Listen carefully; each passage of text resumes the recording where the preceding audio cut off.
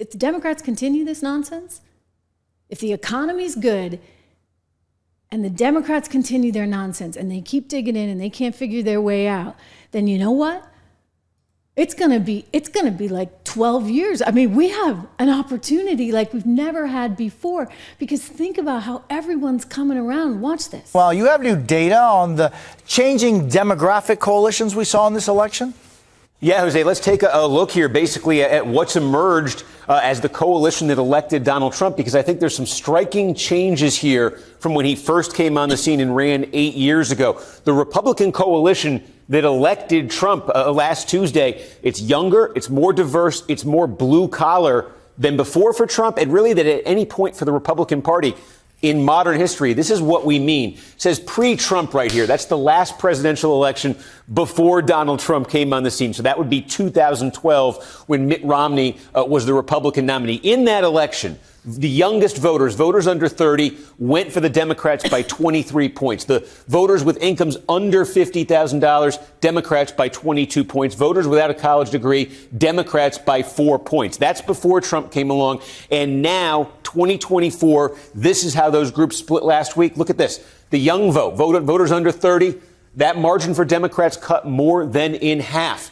Under $50,000 has swung all the way over now to a Republican win of 3 points. Voters without a college degree from +4 for the Democrats, nearly a 20-point shift now, +14 for Trump and the Republicans. Look at the racial ethnic group breakdown here. You see it as well. Black voters, still a very core Democratic constituency. But look, pre-Trump, it was nearly a 90-point margin among black voters for Democrats. Last week, it was 72. That's a 15-point shift. This is the big one. Hispanic voters. It was a 44-point margin. That was the Democratic advantage before Trump. Last week, down to just 6 points. And Asian Americans, it was nearly a 50-point margin for Democrats before Trump, down to 15 points. So those are the changes that powered Trump, powered the Republican coalition. And as Trump now seems set to win the national popular vote, that's a big reason why. He didn't just make gains in the swing states that got him the Electoral College. He made big gains in big blue states. He didn't win any electoral votes in places like New York,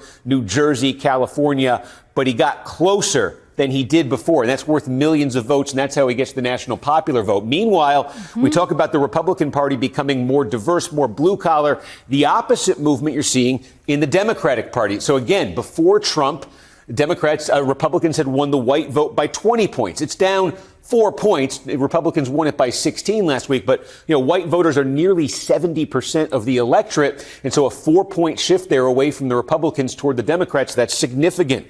Voters with college degrees, it was a 2-point Democratic margin. Now it's a 13-point Democratic margin. Wealthy voters, $100,000 or more in income, it was 10 points Republican. Now it's 5 points for the Democrats. So the coalitions have changed here, Jose, over the last 8 years, and particularly in the 2024 election. And you see what that was worth for Donald Trump, a victory in the popular vote. Amazing. Wow, that's striking. That income, 100,000 or more, and that jump, from +10 to +5. I mean, that's an extraordinary change in just a couple of years.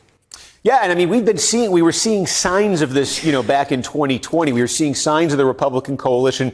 It wasn't enough for Trump then. We saw him make gains with Hispanic voters. You saw him make gains, consistently with voters without a college. All right, because it's not that hard, you stupid elites in the media. I'm so sick of it. You don't know what it's like out there in the real world.